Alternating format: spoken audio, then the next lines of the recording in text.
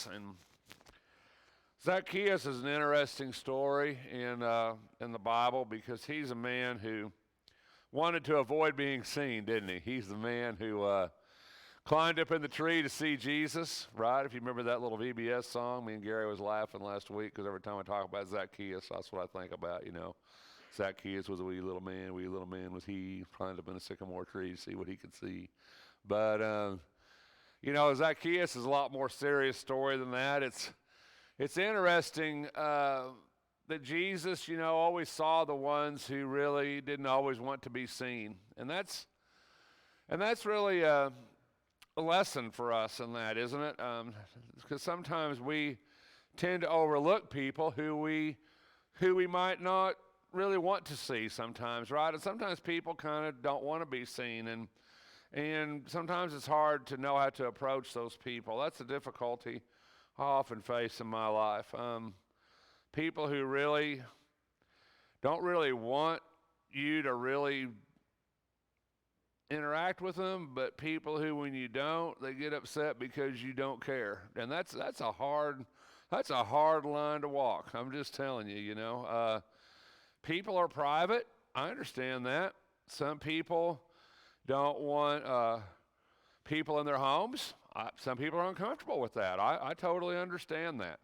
Some people don't want you to show up unannounced. I understand that. I've done all those things in my life, right? And yet, some people that are kind of that way, when you don't like reach out there, they get upset because they think you don't care, but they're hard to. But thankfully, in our world, we do have texts now and other ways that we can kind of talk to people. It's not quite as invasive, if you want to look at it that way, right? And still kind of reach out to people and let them know, yeah, we do care, and we do miss you. We are interested in you. But I think in this case, Zacchaeus was a man who was interested, wasn't he, in Jesus? Interested in him for sure. Jesus was a spectacle by this point, wasn't he? The man who was healing all the people, performing all the miracles. He was at the height of his popularity. We're not quite to, right? He's at the height of his popularity here. So, I mean, it would be something to see, just like people want to see a celebrity or see somebody, right? But I don't think Zacchaeus really wanted to interact with Jesus. I don't think that wasn't his plan. He crawled up in the tree because the Bible says he was small in stature. He wasn't very tall, so gives you an idea of the crowds around Jesus. He was unable to get where he could actually see because he was not a very tall guy. So he climbed up in a tree as Jesus came by. And I really don't know if that's a sycamore tree, by the way. That's kind of a vague thing in the Greek, but that's what we've always said. Rhyme's good, so we'll stay with it. But he climbed up in this tree to see Jesus, and Jesus saw him, didn't he? He looked up and said to him, Zacchaeus, hurry and come down, for today I must stay at your house. Boy, that's a pretty big thing, isn't it? That would make you a little uncomfortable, wouldn't it? To think that Jesus all of a sudden had picked you out and now he was going to come and now he was going to stay at your house. Jesus knew about Zacchaeus, didn't he? Because Jesus knew the heart of men, didn't he? Knew the heart of Zacchaeus. Maybe better than Zacchaeus knew himself. I wish the story was longer. I wish we knew more about what actually transpired, what Jesus said to him. But I know one thing, Jesus changed Zacchaeus. Zacchaeus was a tax collector, and he was very rich. Tax collectors were despised. They weren't even allowed in the temple. They were considered Gentiles, outcasts. Tax collectors inherently, at the time of Jesus, inherently were corrupt. They got to keep whatever they could get extra. So they got a lot extra, right? And they were known for that. And so that's how come it's interesting in the Bible. They're always looped together, tax collectors and sinners. We always loop them together, right? They lump them together in the same thing. But when he did. It says that he received him gladly. And I always thought that was an interesting statement. We don't know much. This is a really short little story, a little short, only in one gospel, really short little story. But he received him gladly. And I always thought that was really interesting, wasn't it? He wasn't ashamed, was he? He wasn't ashamed for him to come into his house. He wasn't ashamed to interact with him. He wasn't fearful of what Jesus would say or fearful of Jesus' judgment, was he?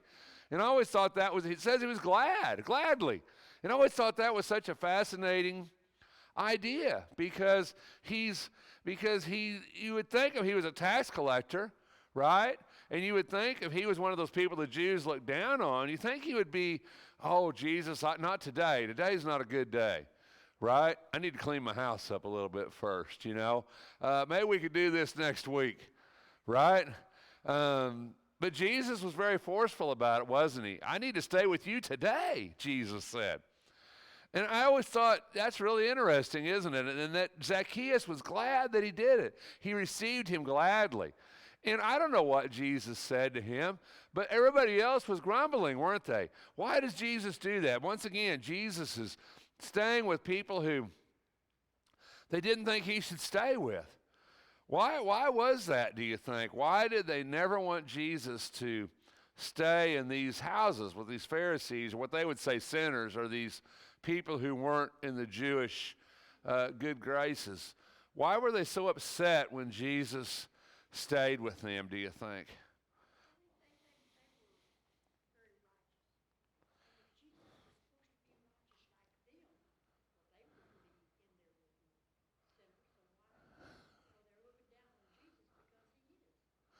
Yeah, they were righteous. They were self-righteous, right? You know, that's the thing about it. They were self-righteous individuals, right? They wanted to look good by those that were, I think that's part of it. But I always think there's another little undertone to it, and maybe I'm wrong about it. But to me, I always think they were really looking to Jesus to be this king. You know, you just can't get away from that in the Gospels. You know, they wanted Jesus to be this king, right? And kings just didn't associate with commoners, right? Isn't that right? Kings didn't do that. The audience of a king was, you know, if he's really the king of the Jews, why doesn't he go to Jerusalem? Why doesn't he stay in the temple? Why doesn't he hang out with the hierarchy of the Jews? Why doesn't he do those things? Isn't that what a king should do? You know, a king isn't born in a manger in Bethlehem and lived in Galilee of all places, Nazareth. My gosh, who would think that, right?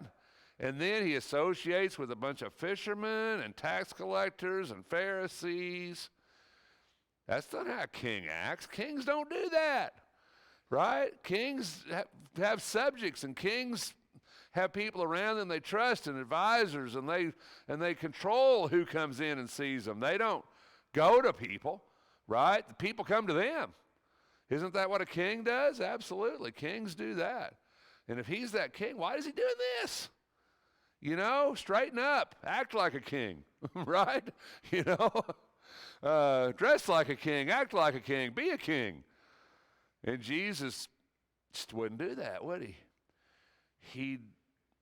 And it perplexed them. Right? Why do you go into these people's houses? Why do you even do that? Why do you care? Right? But man, what an example for us, right? Jesus said to serve, to lead, we have to serve. Right? That's not their definition of leadership. It's not really our definition of leadership, truthfully.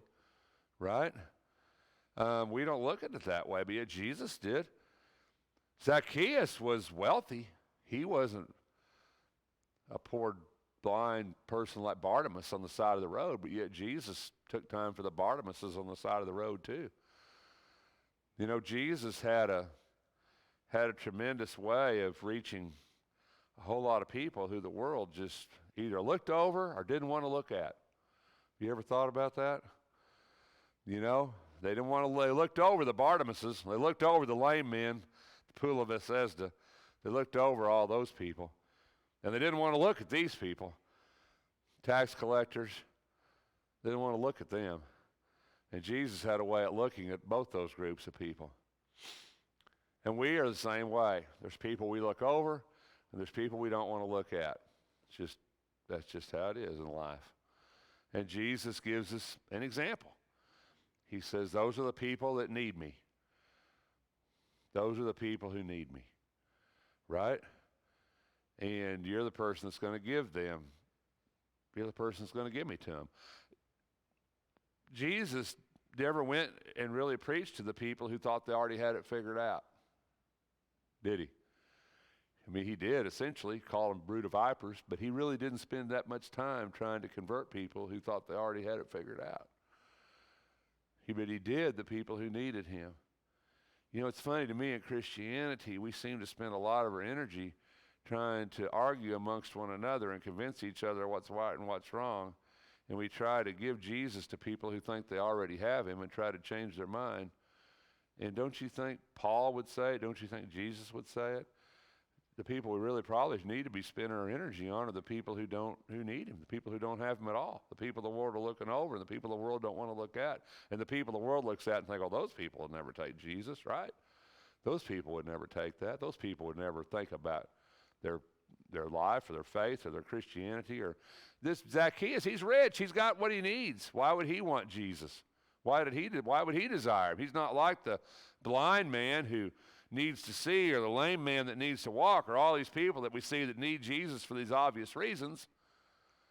But obviously Zacchaeus needed Jesus, didn't he? Even though he was wealthy, even though he had everything, he needed Jesus, and Jesus knew it. You know, so many times in my life, I've been around people that I thought really didn't want Jesus or didn't need him because they kind of had a good life, and I'm like, that was my excuse. Well, they're not going to want to do this because look what they got. And that's a terrible excuse, because a lot of times those people are people who've come and sat with us here on Sunday morning, people that I didn't think would ever be reached for the gospel of Jesus, and yet they needed Jesus. Because we all need him, right? I don't know what's going on in Zacchaeus' life. I don't know if he was married. I don't know if he had children. I don't know anything about him. Nothing. I know as much as you know, right? But I know he needed Jesus, didn't he? And Jesus knew it too. And so Zacchaeus, he says, so Zacchaeus changed, didn't he? He changed. He stopped. Do you think that was before they ever got to his house? I think it was. I think it was on the way. Don't you? I think he stopped all of a sudden, like you do.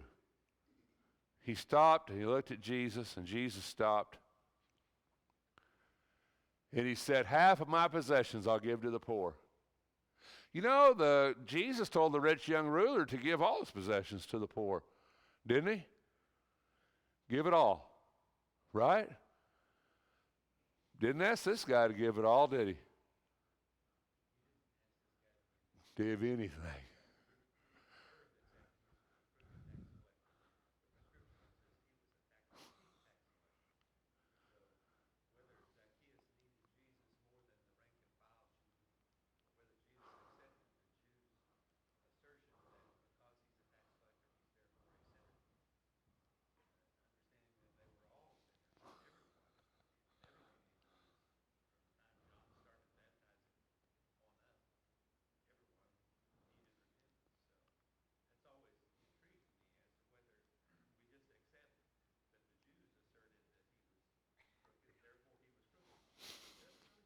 We don't know.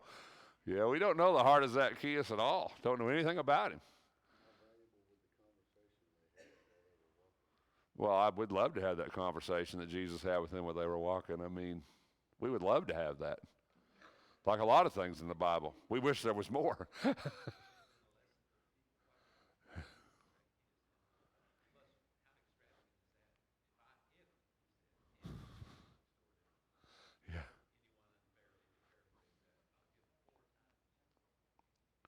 Yeah, that's a lot, isn't it? I mean, um, that kind of goes back to the law, right? Retribution, you know. But yeah, it's amazing. Zacchaeus, he come to that on his own. Jesus didn't have to tell him. He was convicted. And because of that, he was willing to sacrifice, willing to give this, to right his wrongs, basically, if he had any, like Gary says. You know, if I've extorted him, if I've defrauded him, I'll give back 4 times as much. And Jesus said, today salvation has come to this house because he too is a son of Abraham. For the Son of Man has come to seek and save that which was lost. You know, he brought salvation to his house, didn't he? One of those stories. We wish we knew what happened to Zacchaeus after Jesus was raised, don't we? Wish we knew. But like one of those other stories, it fades into history. We don't know. We don't know the outcome. But that day was good. And Jesus said, I've come to seek and save that which was lost. And I think that's a fascinating idea for the Jews. It's not just the poor. It's not just the blind or the lame that's lost. It's the rich that are lost too, right? And that need to be saved. And I think there's a great story in this.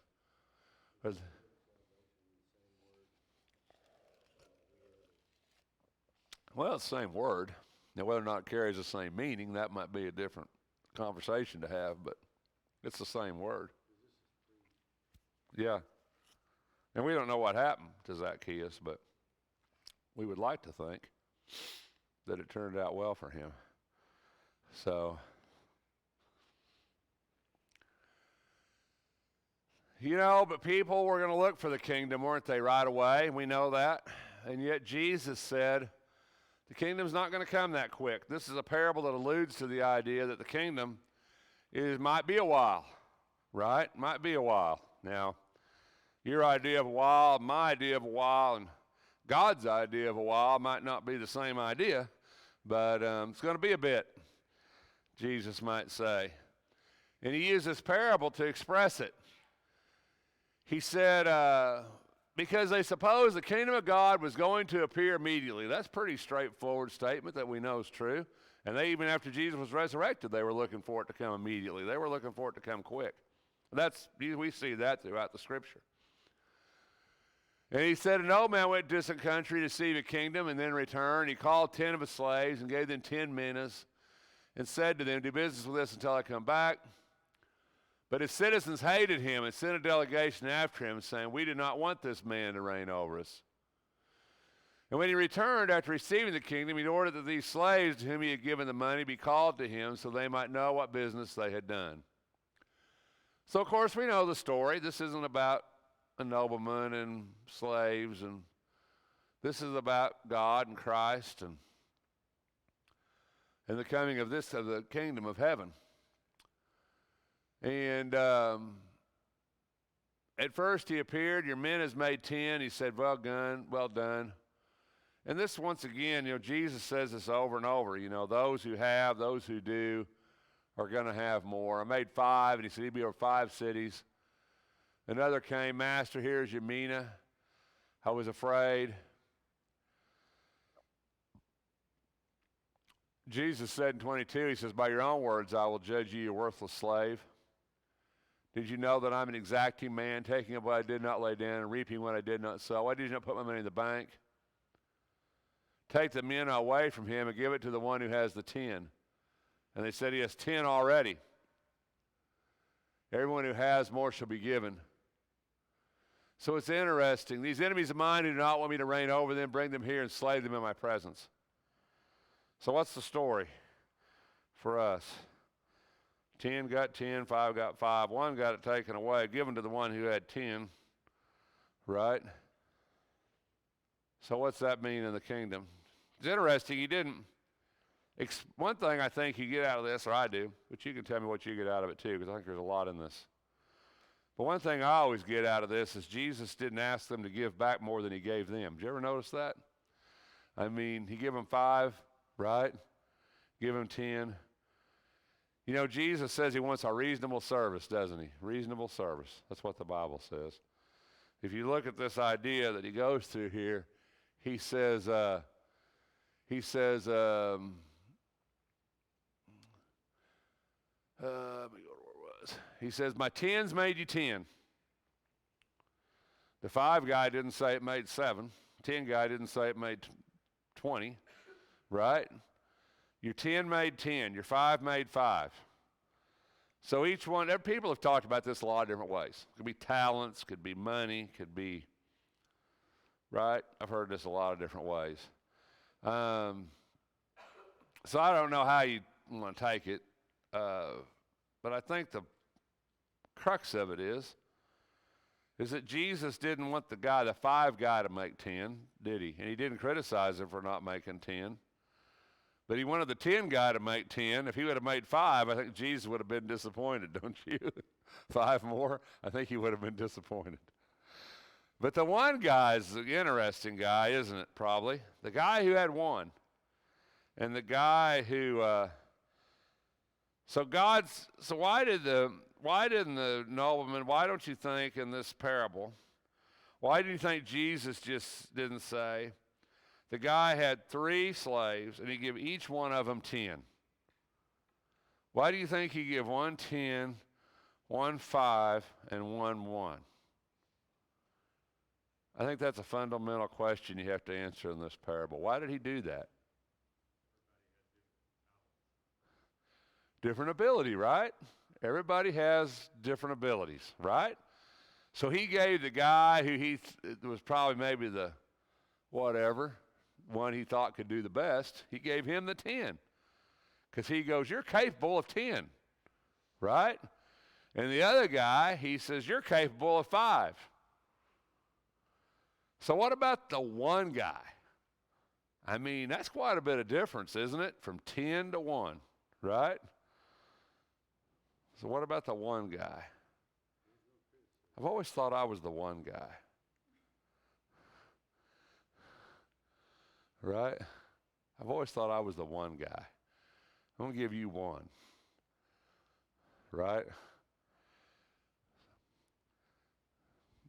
What's the story? I think the biggest lesson's in the 1 guy. So what's the lesson in the 1 guy? You got to try, right? Can't be scared. Can you? I think that's a lot of his fear, don't you? The 10 guy, he was probably pretty confident. You know, I can do that. And the 5 guy might have been kind of confident. But the 1 guy, he was the guy that didn't have much confidence. That's the reason he only got 1. Right? But yet, what did he do with his 1? See, isn't it interesting? God, if he would have brought back the interest on the 1, isn't that kind of what this says? If you would have just brought back the interest on the 1, I would have been happy with that. Right? Try, as Sam would say. You need to try. But you didn't even bring back, you just brought back what I gave you. Right? You didn't even give me interest on it. You didn't even try. You didn't get me another one back. You just brought me back this 1.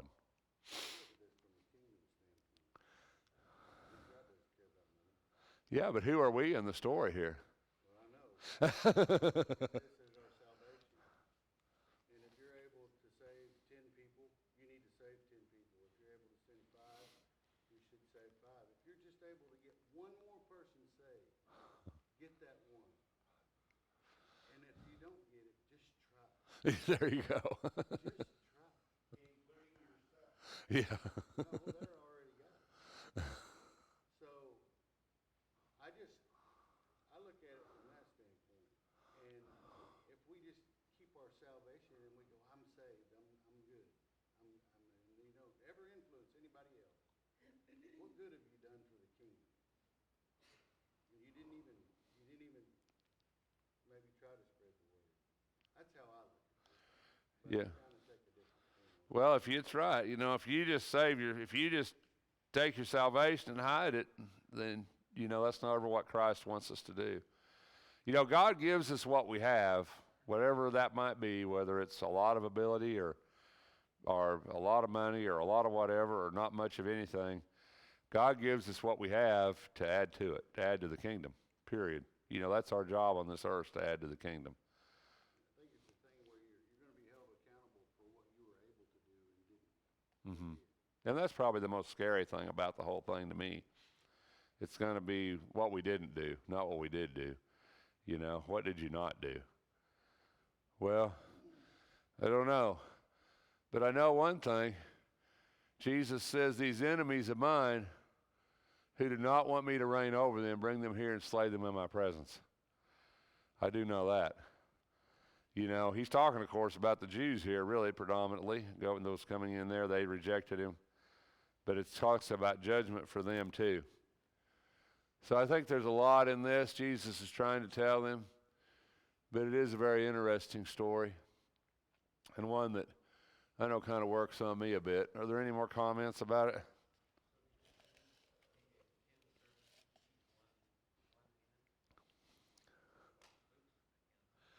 Yeah, and I don't know. Yeah, and of course, the way that I got it on this, that's actually coming up two different times, two different stories. But whether or not that's true or not, I don't know. But when I put this together, this set of slides, there's actually a book you can get that says that's the Synoptic Gospels, and you can actually buy it if you ever wanted to see kind of where this comes from, but I can't remember the name of it now. But it's a chronological order of the Synoptic Gospels, basically, Matthew, Mark, and Luke. And you can buy it.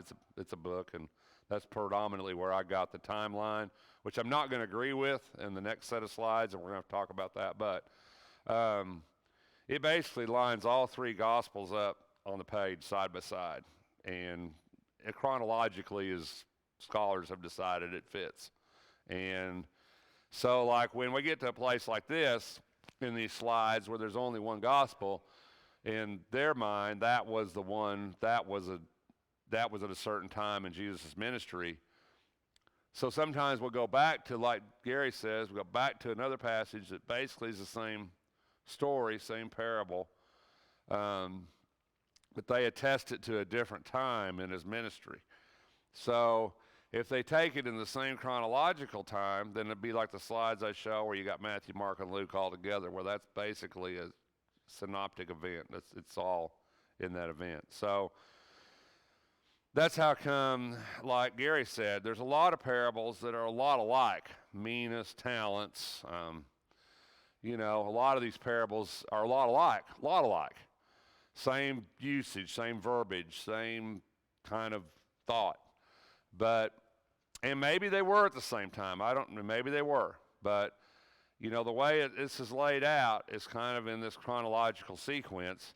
So did Jesus use kind of the same parables, you think, multiple times in his ministry? I think absolutely, right? I mean, absolutely he did.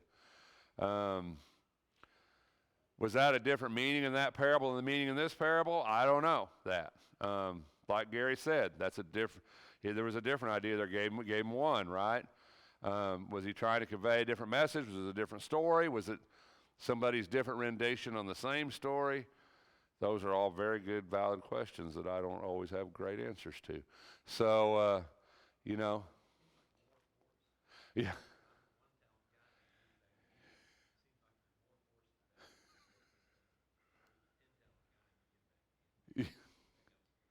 There is, yeah, I think definitely. If you're the one talent guy that gives back 10, I mean, that's big, right? If you're the 10 talent guy that gives back 10, that's.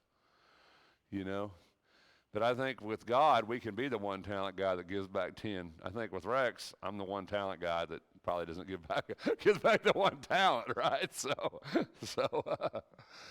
I think there's a deal there. We're getting close to the end here now. Getting close to Passover week. And this is a point in this book that I don't agree with those dates, and we'll talk about that more probably as we get into the next couple of weeks. But this will be the last Passover. This is the end, right? After he had said these things, Luke says, Luke 19, he was going on ahead, going up to Jerusalem. So this is where we start. This is the last week. This is where we're getting into the last week of the life of Jesus. We're really close to that now. We're heading up to the Passover to Jerusalem. And so once again, now we have a little synoptic, right? So Luke's not in this. Luke doesn't record this, but Matthew and Mark do. when Jesus was in Bethany at the house of Simon the leper. Costly perfume. Now, there's always been speculation about this, who this woman is, right? Yeah. He didn't ask them to do that on their own with anything that they possessed. He gave them something. And if we use what he gave us, we can save other people too. Right. Yeah, he gave them something. He gives all of us something. All of us have some sort of talent or ability or resource. That's right. So we all have an ability to do it, to reach people. So, absolutely. No, we all have. Every person in here is in a unique position to reach somebody in the world. I promise you that nobody else can reach. That's just how it works. You know, and how we use that and how we deal with that, that's kind of our own decision. But there's people you'll come in contact with in your life that you'll have an opportunity to talk to God about. Whether or not you do it, well, that'll be up to you, I guess. But you're the only person that'll probably ever have that opportunity. God puts things within our path. It's just a matter of us knowing how to use it. So anyway, we're at the house of Simon the leper, a woman here. A lot of people think that's Mary Magdalene. There's no proof of that. We say a lot of things about Mary Magdalene that absolutely there's no proof about. She's probably one of the most storied women in the Bible, I would imagine. Well, I'm sure she is, interestingly. Anyhow, we don't know.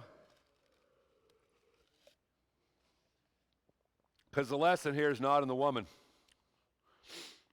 It's not her. The lesson in this story is not about the woman.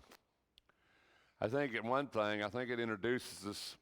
You got to remember, Gospels are written in hindsight, right? They were written after the fact. They knew who Judas was by the time they wrote the Gospels. They knew what Judas had done by the time they wrote the Gospels.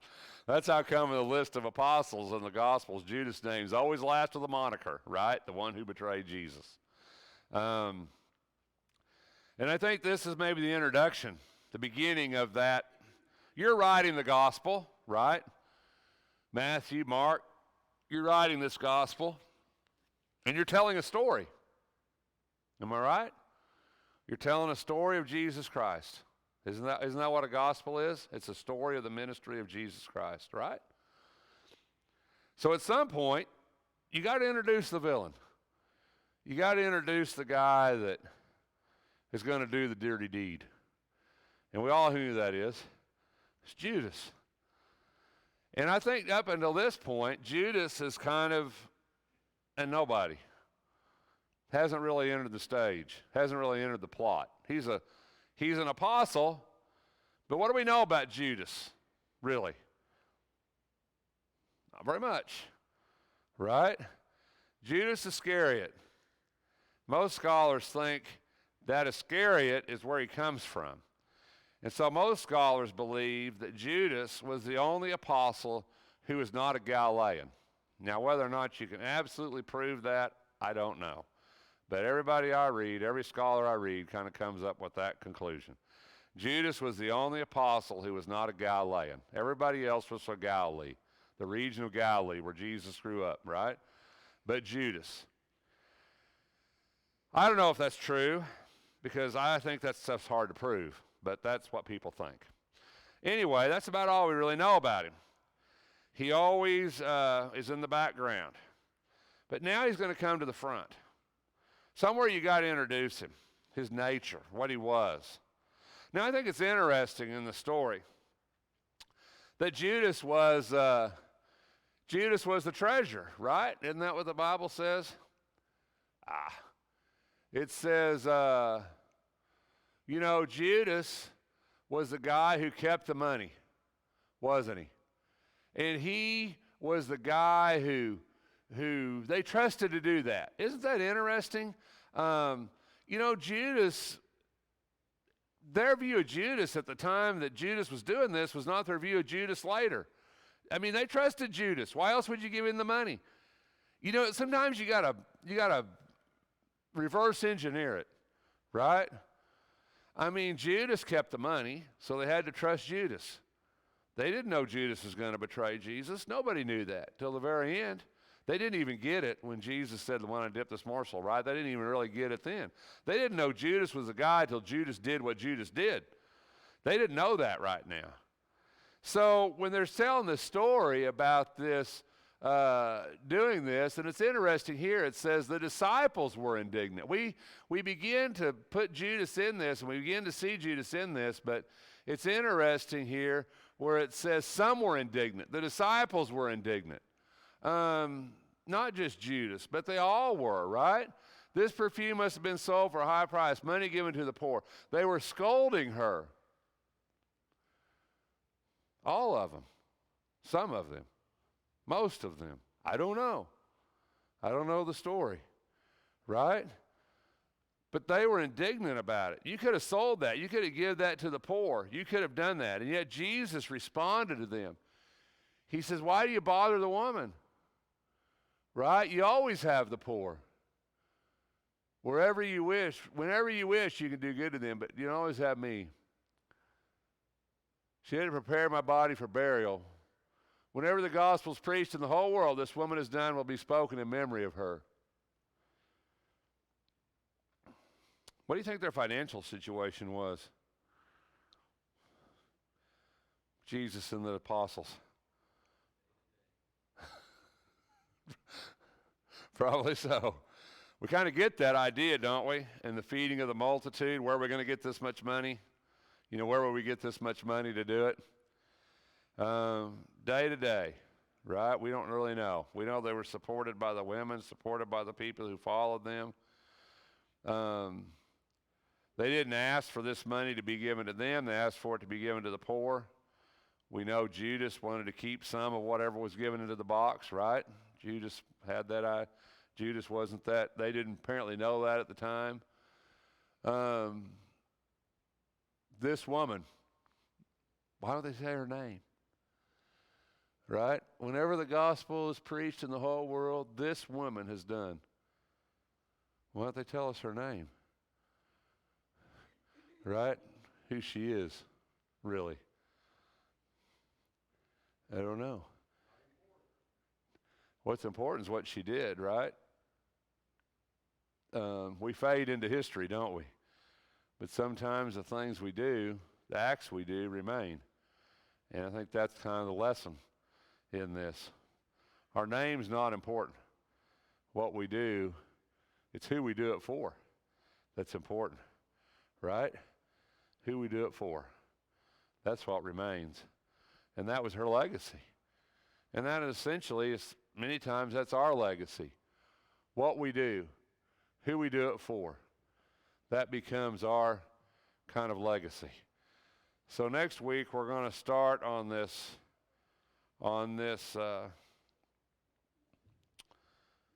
Week of Atonement, we call it. So last week of Jesus' life.